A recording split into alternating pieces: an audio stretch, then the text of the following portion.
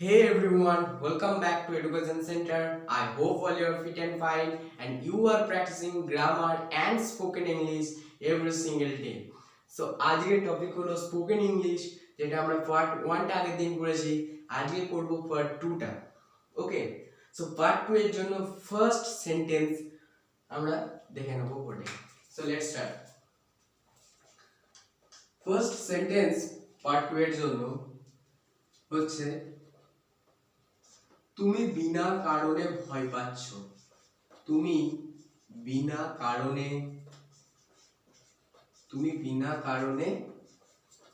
ভয় পাচ্ছ।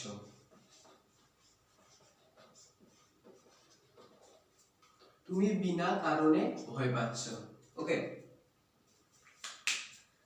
ধরো তুমি কোনো তোমার ভাই বা তোমার বোন যে কেউ হোক, কোনো কারণে হয়তো কারণে বাচ্চারা তো ভয় পেয়ে থাকে, সেই কারণে হয়তো তারা ভয় পেয়ে গেছে। দেন তুমি অ্যাডভাইস তাদেরকে করছো যে তুমি বিনা কারণে ভয় পাচ্ছ, তুমি বিনা কারণে ভয় পাচ্ছ, বা তুমি বিনা কারণে এই কাজটা করছো না, তুমি বিনা কারণে এখানে আসছো না, তুমি বিনা কারণে সেখানে যাচ্ছ না। ওকে, বিনা কারণ যখন থাকবে স্পোকেন ইংলিশে সেটা কি হয়ে যাবে সেটা আমরা দেখব।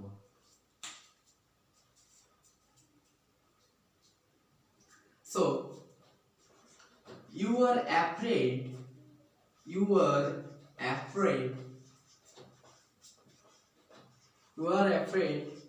for no reason,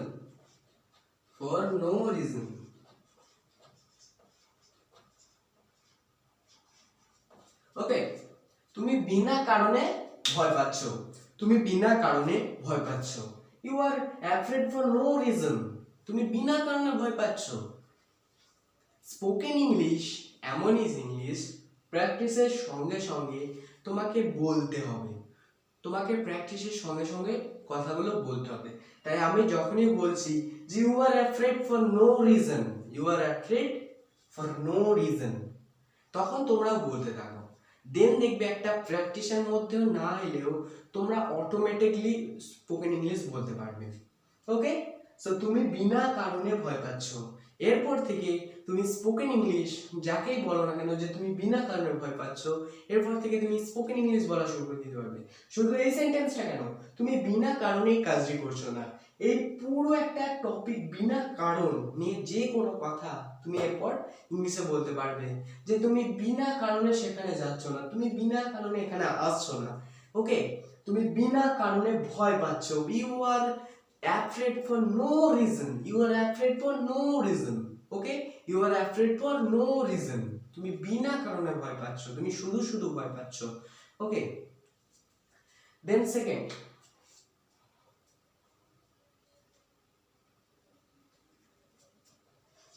আপনি বিনা কারণে রেগে যাচ্ছেন, আপনি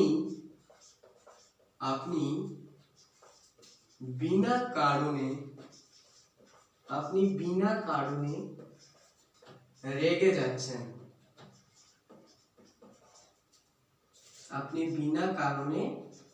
যাচ্ছেন, সেন্টেন্সটা অনেকটা ওর মতোই। বিনা কারণে এই টপিকটা যখনই আমাদের মাথায় চলে আসবে, ফর নো রিজন, বিনা কারণে মানে শুধু একবারে। ওকে, সো আপনি বিনা কারণে রেগে যাচ্ছেন, ঠিক আপনি রেগে যাচ্ছেন। এবার ফার্স্ট আমাদের সাবজেক্ট খুঁজতে হবে, আপনি, ইউ। ওকে, আমরা এই সেন্টেন্সটা দেখে এই সেন্টেন্সটা করে নিতে পারবো। দেখো, ইউ আর রেগে যাওয়া ইংরেজি কি? Angry, you are angry, then তারপর যা আছে সেটাই, for no reason, for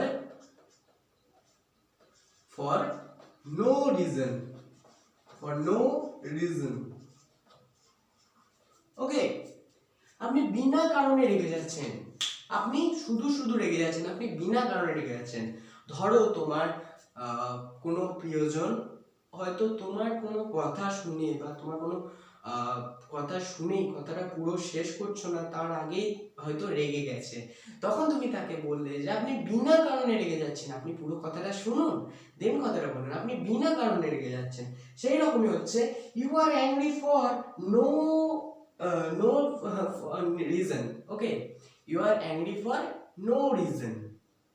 okay, you are angry for no reason. ওকে,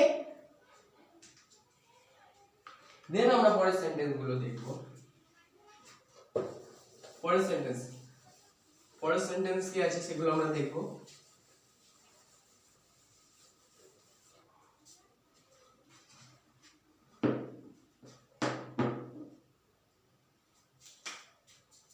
এরপরে একটা সেন্টেন্স বলবো যেটা আমাদের খুবই ব্যবহার হয়, যে সেন্টেন্সটা আমাদের খুবই ব্যবহার হয় কিন্তু তার আমরা ইংলিশ জানি না, কিন্তু এরপর থেকে জেনে যাব।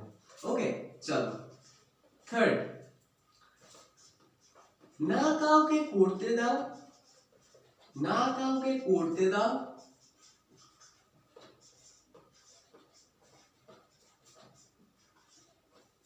না নিজে করো। সরি,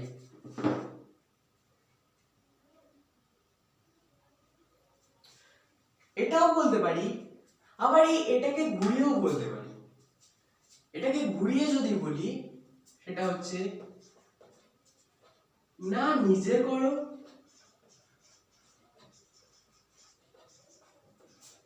না কাউকে করতে দাও, কাউকে করতে দাও।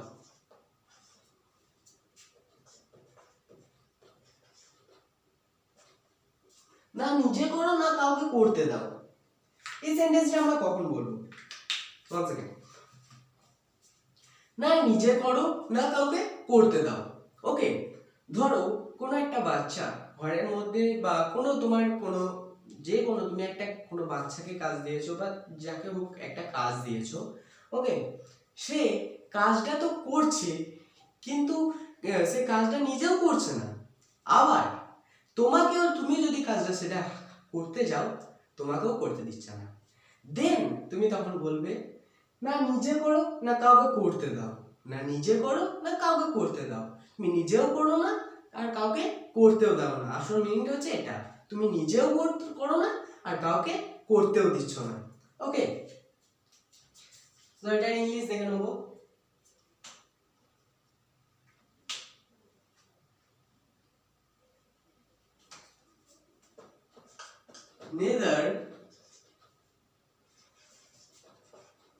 Neither you do yourself,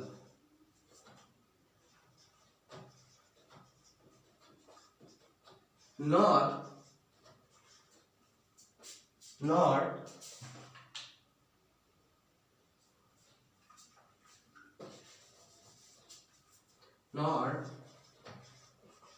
let do, not let do। দেখো তো, না নিজে করো না নিজে করো না কাউকে করতে দাও। নেদার ইউ ডু, না নিজে করো, নেইদার নরের ব্যবহার জানতে হবে এখানে। নেইদার আর নরের ব্যবহার এখানে জানতে হবে। আমি নেইদার নরের ভিডিও একটা করে দেবো টপিকে, অ্যান্ড এই স্পোকেন ইংলিশও তখন খুবই সোজা হয়ে যাবে। কিন্তু স্পোকেন ইংলিশের মতোই শিখতে হবে। নেইদার নরের ভিডিও দিয়ে দিলাম বলে যে ভিডিওটা দেখেই যে নেইদার নরের সব স্পোকেন ইংলিশ পেরে যাবো সেটা কোনো কথা নয়। স্পোকেন ইংলিশ শিখতে হলে প্র্যাকটিস করতে হবে এবং বলতে হবে। যে এই যে নেইদারটা, এটা একটা লেটার নিয়ে আমরা এই ওয়ার্ডটা তৈরি করলাম। এরপর নেইদার ইউ ডু, এটা কটা ওয়ার্ড নিয়ে আমরা সেন্টেন্সটা তৈরি করলাম। এইভাবে ছোট ছোট সেন্টেন্স তৈরি করতে হবে আর বলতে হবে। প্রথমে শিখলে নেইদার, NEATHER, নেইদার, এটা বলা শিখলে। তারপর শিখলে you do, neither you do, ভেঙে ভেঙে শিখলে। দেন তখন একবারে বলবে neither you do yourself, neither you do yourself nor do let do। না নিজে করো না কাউকে করতে দাও। Neither you do yourself not let do, না না নিজে করো না কাউকে করতে দাও। ওকে, সো এগুলো অনেক ভাবে বলতে পারা যায়। না নিজে তুমি কাজটা করো না কাউকে এটা করতে দাও, না তুমি নিজে ওটা কাজটা করো না তুমি ওই কাজটা কাউকে করতে দাও। ঠিক আছে, না তুমি নিজে খাবারটা তৈরি করবে না তুমি নিজে না কাউকে তৈরি করতে দেবে, না তুমি নিজে ফুটবল খেলতে যাবে না কাউকে খেলতে যেতে দেবে, না কাউকে নিজে তুমি মুভি দেখতে যাবে না কাউকে দেখতে যেতে যাবে। এরকম ভাবে সেন্টেন্স গুলো হবে। না কাউকে করতে, এটা নেইদার নরের সংগঠনটা জানা থাকলে আমরা পুরো কমপ্লিট করে ফেলবো। Okay, so 4, sentence number 4।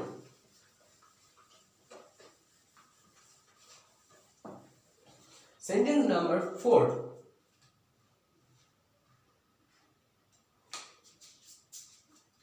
তুমি, সেন্টেন্স নাম্বার 4 হচ্ছে তুমি যেমন ভাববে, তুমি যেমন ভাববে,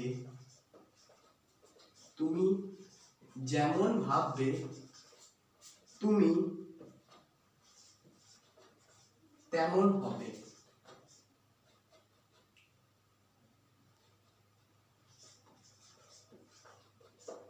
ওকে, তুমি যেমন ভাববে তুমি তেমন হবে, এই কথাটা আমরা কখন কাউকে বলতে পারি? তুমি যেমন ভাববে তুমি তেমন হবে। ওকে, ধরো আমরা আমাদের এই যে পরিবেশে আমরা দু ধরনের এক্সাম্পল দেখতে পাই, দু ধরনের মানুষের এক্সাম্পল দেখতে পাই। যারা পজিটিভটা নিয়ে এগিয়ে গেছে আর যারা নেগেটিভিটি নিয়ে এগিয়ে গেছে, ইভেন এগিয়েও যাচ্ছে। যারা পজিটিভিটি নিয়ে এগিয়ে যাচ্ছে আর যারা নেগেটিভিটি নিয়ে এগিয়ে যাচ্ছে, তাদের দুজন বলছে, তাদের দুজনের কথা এখানে বলছে।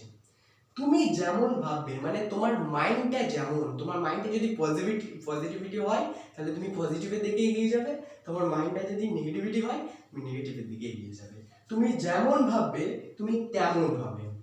তুমি যদি পজিটিভ নিয়ে কাজ করো তুমি একটা টাইমে তুমি পজিটিভ নিয়ে এগিয়ে যাবে, তুমি নেগেটিভ নিয়ে কাজ করলে তুমি সেই টাইমটা থেকে নেগেটিভ বড় হওয়া পর্যন্ত নেগেটিভ নিয়ে এগিয়ে যাবে।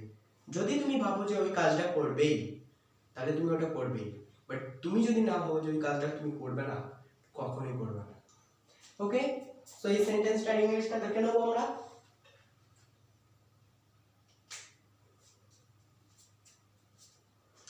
As you think, as you think, as you think,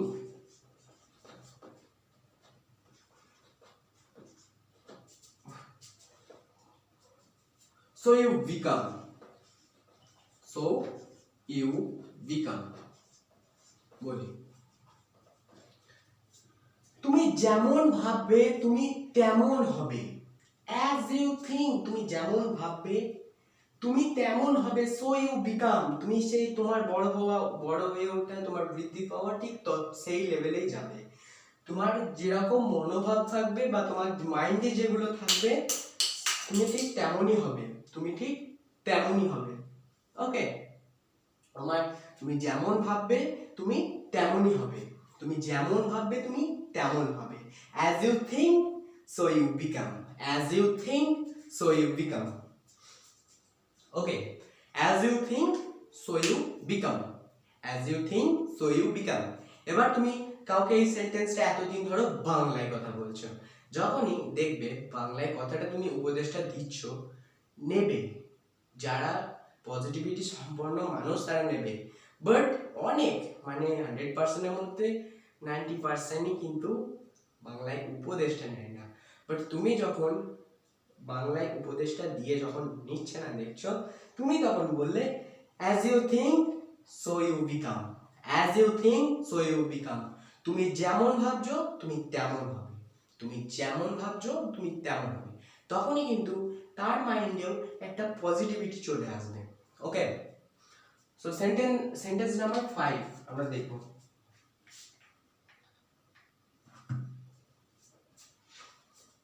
sentence number 5 হচ্ছে কথা বলে সময় নষ্ট করো না, কথা বলে সময় নষ্ট করো না।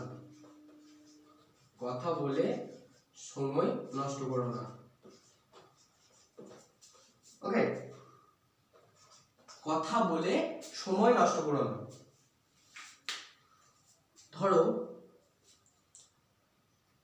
ধরো বা ধরুন আপনি টিচার বা আপনি শিক্ষক, আপনি কোনো ছাত্রকে আপনি উপদেশটা দিচ্ছেন যে কথা বলে সময় নষ্ট করেন না, বা সিম্পল মানুষ, আপনি একটা সাধারণ মানুষ, আপনি কাউকে, আপনার ছেলেকে বা আপনার মেয়েকে উপদেশ দিচ্ছেন কথা বলে সময় নষ্ট করো না, কাজটা করো, কথা বলে কোনো সময় নষ্ট করো না। ঠিক আছে? ওকে, তো এর এটা ইংলিশটা দেখে নিন। Don't waste your time. Don't waste your time by talking. By talking. Okay, কথা বলে সময় নষ্ট করো না। Don't waste your time by talking. Don't waste your time by talking. Okay, এরপর বলি, তুমি যখন তুমি বাংলায় কথাটা বলছো যে কথা বলে সময় নষ্ট করো না, যে কাজটা করা সেটা আগে করো, কথা বলে শুধু সময় নষ্ট করো না। এরপর থেকে তুমি বলবে don't waste your time by talking. Don't waste your time by talking. Don't waste your time by talking. বলতে বলতে স্পোকেন ইংলিশের একটা ধারাপাত তুমি অলরেডি শিখে যাবে। Don't waste your time by talking. Don't waste your time by talking. Okay, কথা বলে সময় নষ্ট করো না। Don't waste your time by talking. Then sentence number 6 দেখো আমরা।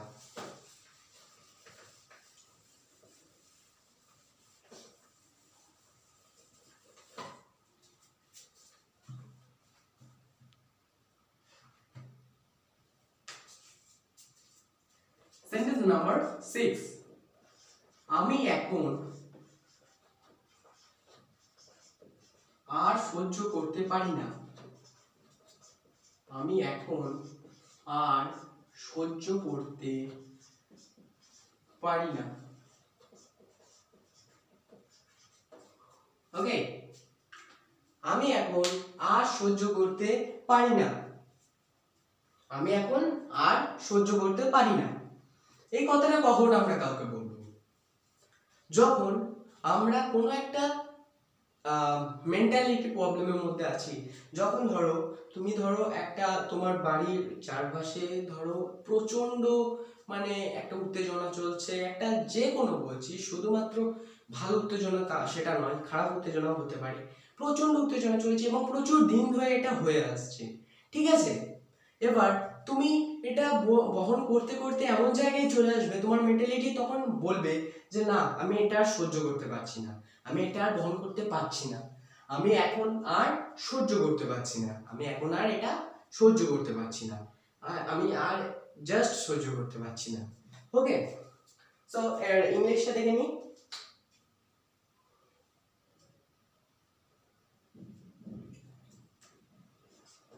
I can't take it. I can't take it any it. আমি এটা আর সহ্য করতে পারছি না। ওকে, I can't take it any it. I can't take it any it. I can't take it any it. আমি এটা আর সহ্য করতে পারি না বা পারছি না। আমি এটা আর সহ্য করতে পারছি না বা পারি না। ওকে, সো বলি আমি এখন আর এটা সহ্য করতে পারছি না। এরপর তুমি রিপোর্ট দিতে গেলে কোনো থানায় যে ওই জিনিসটা তুমি আর সহ্য করতে পারছো না। ওকে, তুমি তখন তোমার কন্ট্রিবিউশনটা মানে তোমার যে অনুভূতিটা সেটা প্রকাশ করার জন্য বা তোমার ইংলিশে যে পজিশনটা সেটা দেখানোর জন্য তুমি ইংলিশে বলতে পারো I can't take it any it. Okay, so sentence number 7, বা এটাকে আরেকটা ইয়েতেও বলা যায় যে I can't tolerate it. I can't tolerate it, আমি এটাকে আর সহ্য করতে পারি না। I can't tolerate it, I can't tolerate it, আমি এটাকে আর সহ্য করতে পারি না, আমি এটাকে আর সহ্যই করতে পারি না। একদম এইভাবে বলতে হবে।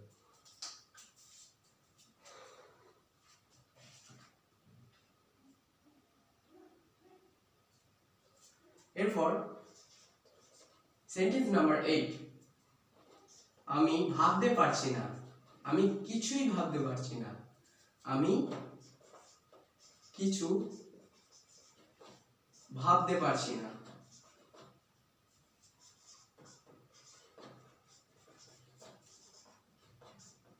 আমি অবসাদগ্রস্ত, আমি অবসাদগ্রস্ত, আমি অবসাদগ্রস্ত,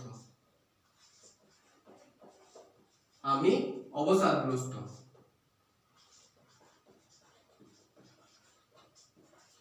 আমি অবসাদগ্রস্ত। ওকে, আমি কিছুই ভাবতে পারছি না, আমি অবসাদগ্রস্ত, আমি কিচ্ছু ভাবতে পারছি না, আমি অবসাদগ্রস্ত। ভালো করে দেখো সেন্টেন্সটা, আমি কিছুই ভাবতে পারছি না, আমি অবসাদগ্রস্ত। ওকে, অবসাদগ্রস্তর মানে হলো স্ট্রেসড, অবসাদগ্রস্ত মানে হলো স্ট্রেসড। অবসাদগ্রস্ত আমরা কখন বলবো? যখন আমরা খুব টায়ার্ড ফিল করি বা প্রচন্ড মানে খুবই বলতে খুব খুব tired, too much tired feel করি আমরা, তখন আমরা এটাকে বলবো যে অবসাদগ্রস্ত, আমি খুব অবসাদগ্রস্ত। ওকে, তাহলে ইংলিশটা দেখে নিই। I can't think straight, I can't think straight, I can't think, I can't think straight, I can't think straight, I am so stressed out,